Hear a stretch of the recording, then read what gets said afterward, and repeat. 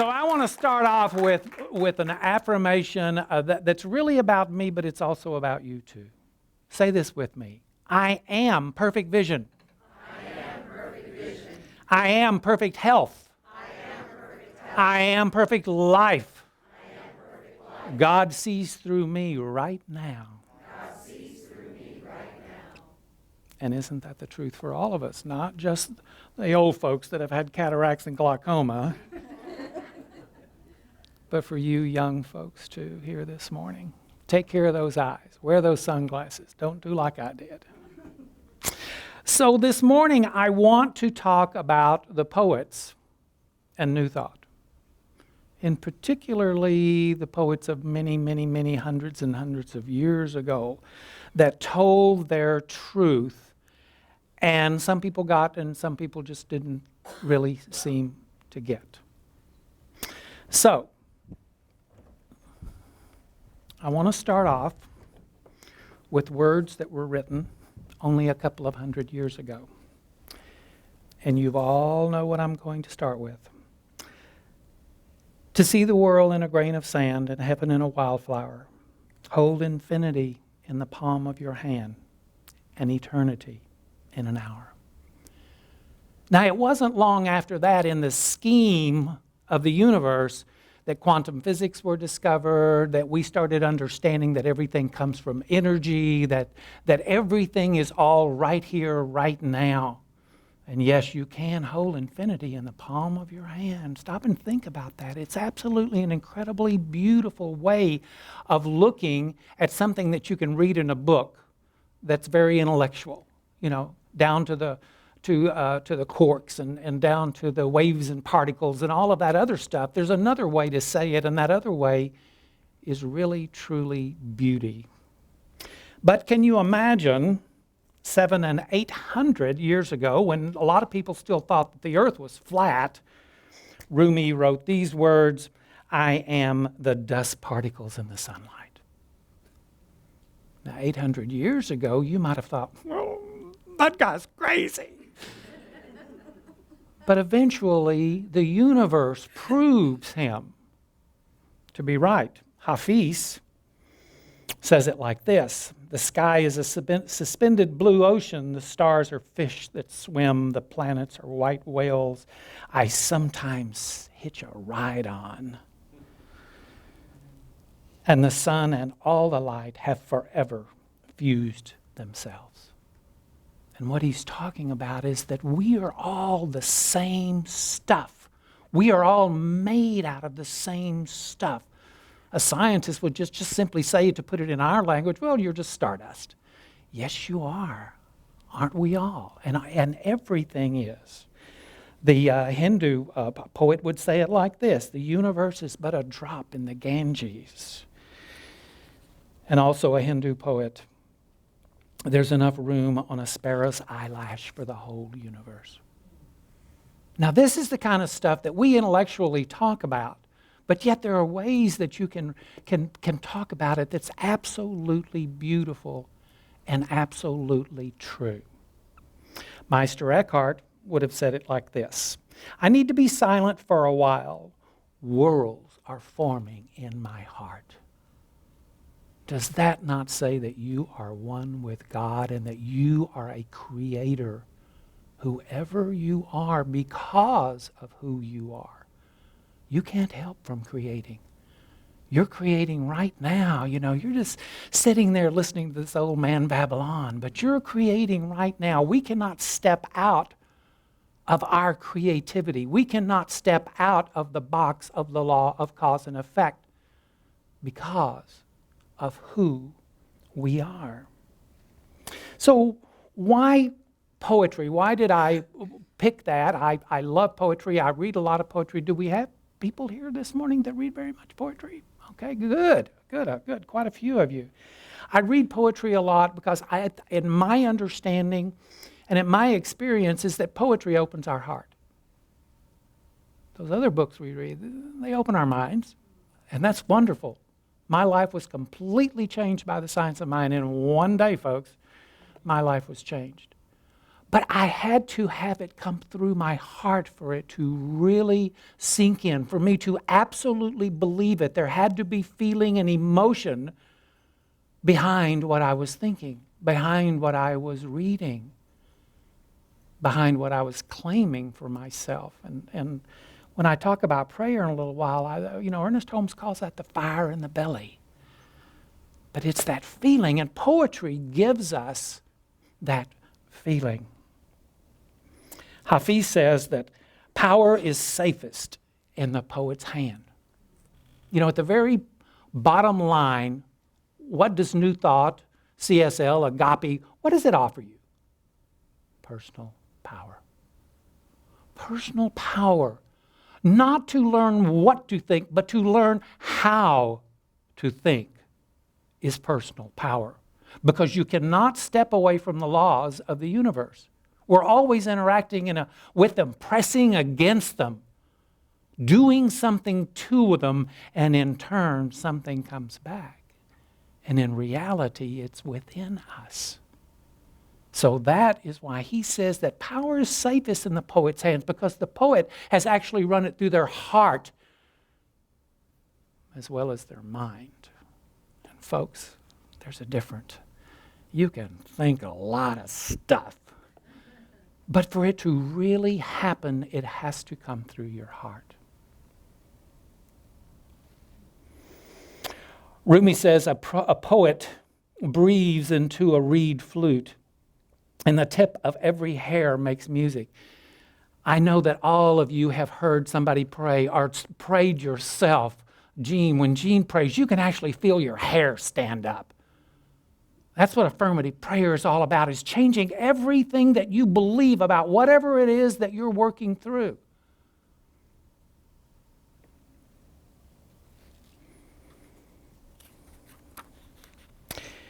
These two poets, Hafiz and Rumi, were 13th and 14th century mystics. They were Sufi mystics, for those of you who do not know. I believe that most of you know who Rumi is, and some of you may or may not know who Hafiz is. Rumi, when his father died, his father's last words to him was, "You will meet a friend, and that friend will change your life forever." And he met Shams.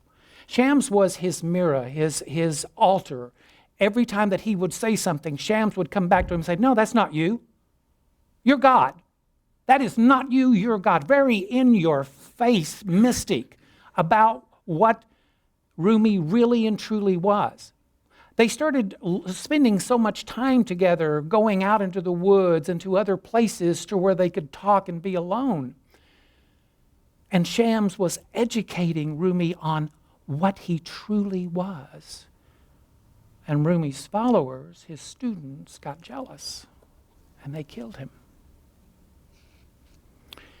The story has been said a couple of different ways, but basically it boils down to this. When he found out that Shams was dead, that he was so emotionally distraught that he left his house, and there was a pole in his backyard, and this is where the story varies, a pole or a column, whichever. But there was a pole in his backyard, and to keep from falling over, he hooked his arm around that pole.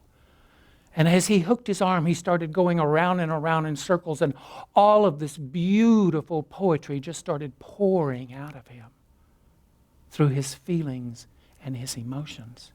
That going around in circles became what we know as the whirling dervish. That going around and round in circles, and in my opinion, what that's doing is knocking off your ego so that you're open to whatever is there. How many of you remember as a child just going around and around and around in circles until you just fall over? Didn't it feel good? And didn't at that time in your life you were able to manifest a lot faster than you can today? Start going around in circles, folks. So, New Thought starts off with the premises or gives us the idea of who are we. You are both human and divine. And of course the mystery is, how do we live in this world? And that is what New Thought does for us. That is what it gives us, is the tools to work with. But we're always, or it seems as though we're always looking for something outside of ourselves when in fact we already have it. It's already within us. Rumi says it best. He says, you wander from room to room hunting for the diamond necklace that is already around your neck. It's already there, and we're looking for it here and there in another book, in another meeting, in another this or another that. And if we could just learn to be still and to sit quietly with this divine self of us that is already there, then we're connected to all truth, all wisdom. There is only one mind. He goes on to say, do you know what you are? You're a manuscript of a divine letter. You're a mirror reflecting a noble face. This universe is not outside you. Look inside yourself. Everything you want, you are already that. We are so infinitely close to everything that it is that we desire that we can't see it. We can't see it unless we can look at it, but it's already there, and we have to turn and look inward to see all the truth that we are. And then it becomes a truth in our lives. Hafiz looks at it a little bit differently because he's a lot more aggressive than Rumi is. He says, there are two of us living in this housed body, and we're playing a game of tag. Doesn't that feel like is what is going on with us and God? Aren't we playing a game of tag with God? One minute we feel it, oh, it's absolutely wonderful, and then, oh, Lord. What we have to do is tap into that tag that doesn't let go, or at least for a little bit longer period of time. We've all been there. You all know exactly what I'm talking about. When you've tagged God, oh, does that feel absolutely magnificent?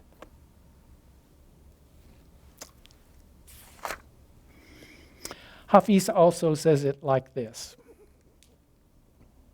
And this is him talking about himself.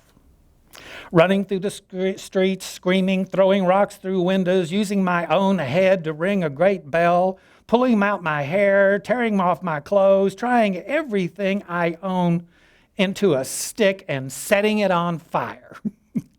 What else can Hafiz do tonight to celebrate the madness, the joy of seeing God everywhere?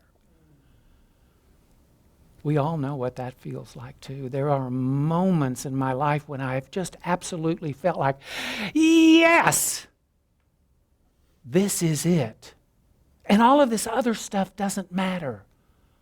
It's what I feel right now, and what I feel right now is God. It's the divine self within each and every one of us. If you also look in poetry that old, especially Rumi's and Hafiz, you will find that most of the poets and mystics of that time dropped religions. All of them. Rumi says, or Hafiz says, the great religions are ships. Poets are lifeboats. Every sane person I know has jumped overboard. Each and every one of you, you've jumped overboard. You've given up on dogma. You've given up on people telling you you have to do this or you have to do that. You've given up on people calling you a sinner or all of those other stuff, all that other stuff that just doesn't belong in our life. We've jumped ship. Every one of you. Rumi says, I have learned so much from God that I can no longer be called a Christian, a Hindu, a Muslim, a Jew, a Buddhist. He just wouldn't have it. Don't you think they were, if they were alive today, that they would be sitting right here? Prayer. 800 years ago, people were told how to pray. It just didn't do it. Hafiz says the reins of God will say to his lover, "Hold me in your mouth, dear, as you toil with all your limbs and strength." Hold me in your mouth, dear. This is God talking. Hold me in your mouth. What does that mean? That means to only have come out of your mouth or hold in your mouth exactly what is God: love, joy, peace, harmony, abundance, all of those things which makes life move forward. All of those things that God knows. I'll never forget one time when Reverend Petra Weldas, who was my teacher, looked at me and she said, "Pray like God would pray." God doesn't say, "If you find it in your mercy." God doesn't say, "If you will, please." God doesn't say, "Oh, I beg of you." God can't do that because there's no one for God to say that to. And we have to pray as if it's God praying, because it is. It is God praying. Another Hindu poet was Tagore. And one of his poems, in my opinion, and I'll see if you agree with me, absolutely is an affirmative prayer and goes from one end of it as we know it till the other end of it as we know it. And the name of the poem is "The Same Stream of Life." The same stream of life that runs through my veins night and day runs through the world and dances in rhythmic measure. It is the same life that shoots in joy through the dust of the earth in numberless blades of grass and breaks into tumultuous waves of leaves and flowers. It is the same life that is rocked in the ocean cradle of birth and death in ebb and flow. I feel my limbs made glorious by the touch of this world of life, and my pride is from the life throb of ages dancing in my blood this moment. What is that but not an affirmative prayer? There's no clear, definite release. But Tagore recognizes that God is all there is, and that God is Him, and that His life is made glorious by this sheer knowing.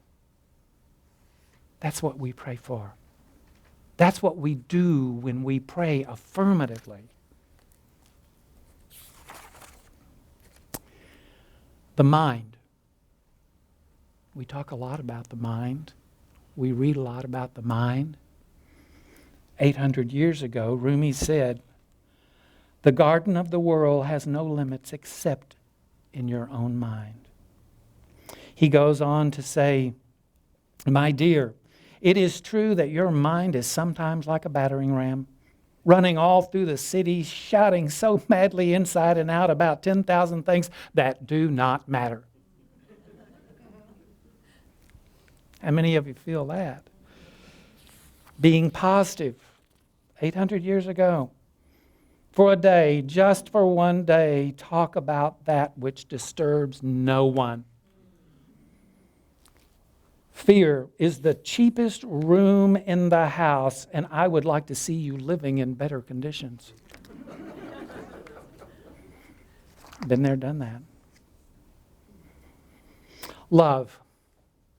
They both wrote a lot about love, and I only brought one. And they referred to many metaphors. Wine. They referred to the friend, the beloved, the companion. They had many ways of talking about God as if God were outside of ourselves. And a lot of their love poems can seem as though it's two people in love with each other. And in fact, all of their poems are written to or for or about God. But a lot of people would disagree when they hear these kinds of words. This is from Rumi. I want to see you, know your voice, recognize you when you first come around the corner, sense your sense when I come into a room you've just left. Know the lift of your heel, the guide of your foot. Become familiar with the way you purse your lips and then let them apart just the slightest bit when I lean into your space to kiss you. I want to know the joy of how you whisper more. Now, what lady would not like to hear that in the middle of the night?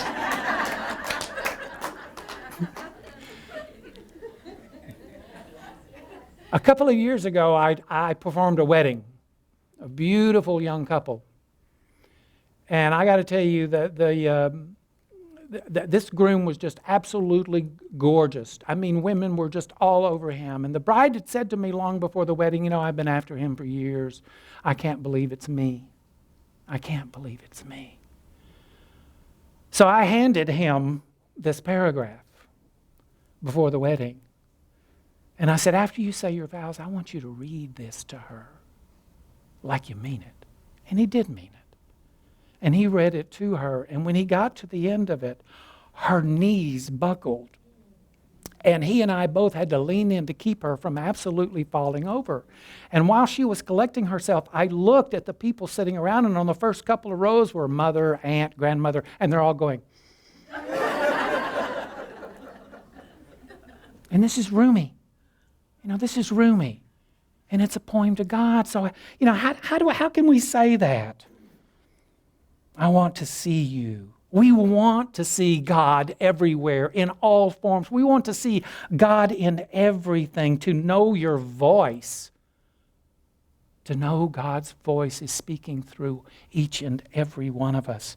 Become familiar with the way you purse your lips and then let them apart. Just the slightest bit when I lean into your space and give you a kiss. What in the world would that mean? There's a lot of stuff that has to happen before our demonstration, before we get that job or that healing or that new house or approval on that loan or whatever it is. There's a lot of stuff that's got to happen in the universe, and that's God puckering up. The kiss is the actual demonstration of the thing, whatever it may be that we're after. That's the kiss. But there's a lot of stuff that has to happen before our demonstrations. And all of those things come together for us. Since you're sent when I come into a room you've just left, that is to let us know that God is never away from us. The experience may be out the door. That may be over and gone with. And that part of God, and we think God is gone. No, God is still here right now, this very minute, and never really leaves. And that is the scent that we always want to smell and to know. I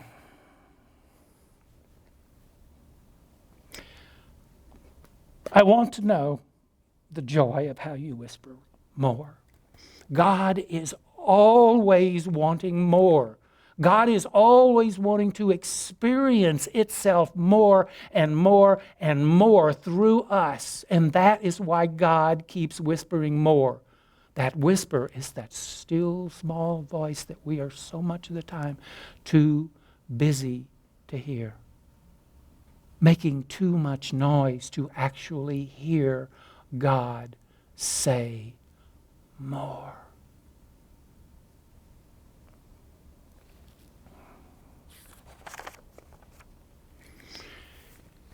The poets gave us everything that we study in New Thought, just in different language.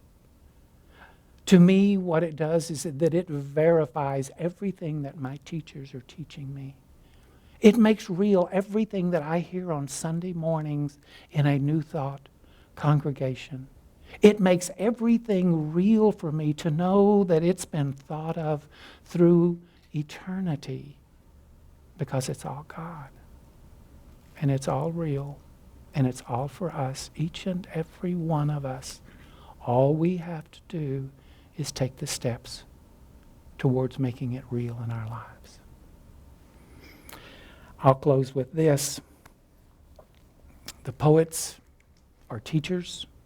The poets are mystics. Because I write poetry, I don't claim to be any of that other than someone who wants to know. Poet, tell me how to know from the one became two. then 2 became 4. Is this really true?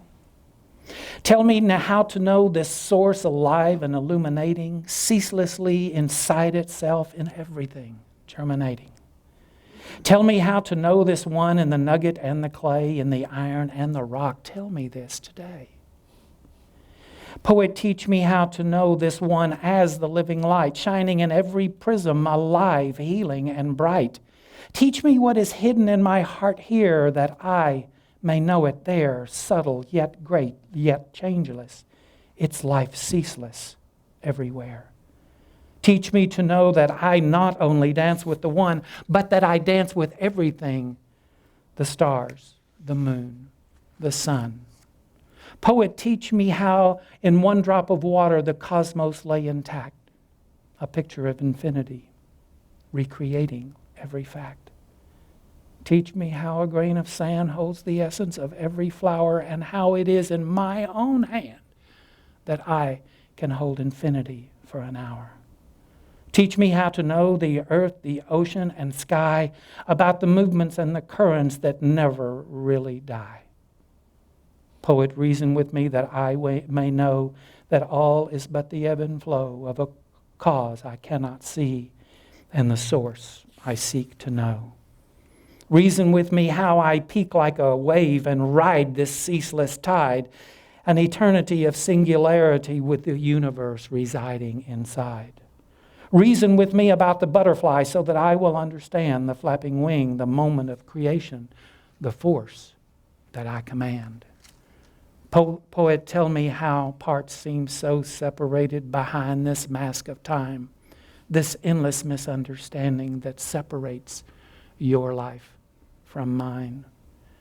Tell me how the infinite moves within the finite, the great within the small, the life of every living thing from the nothing of the all. Poet, tell me how it is. This body is a cup for the divine, filled to the brim with the God within, living this life of mine.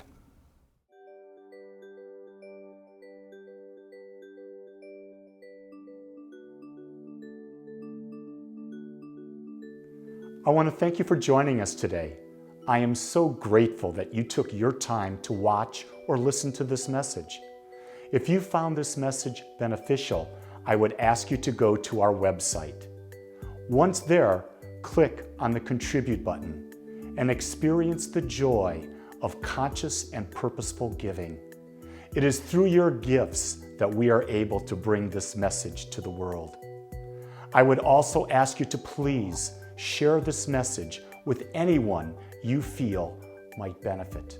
Again, I want to thank you for joining me and the Agape community as together we bring joy to life.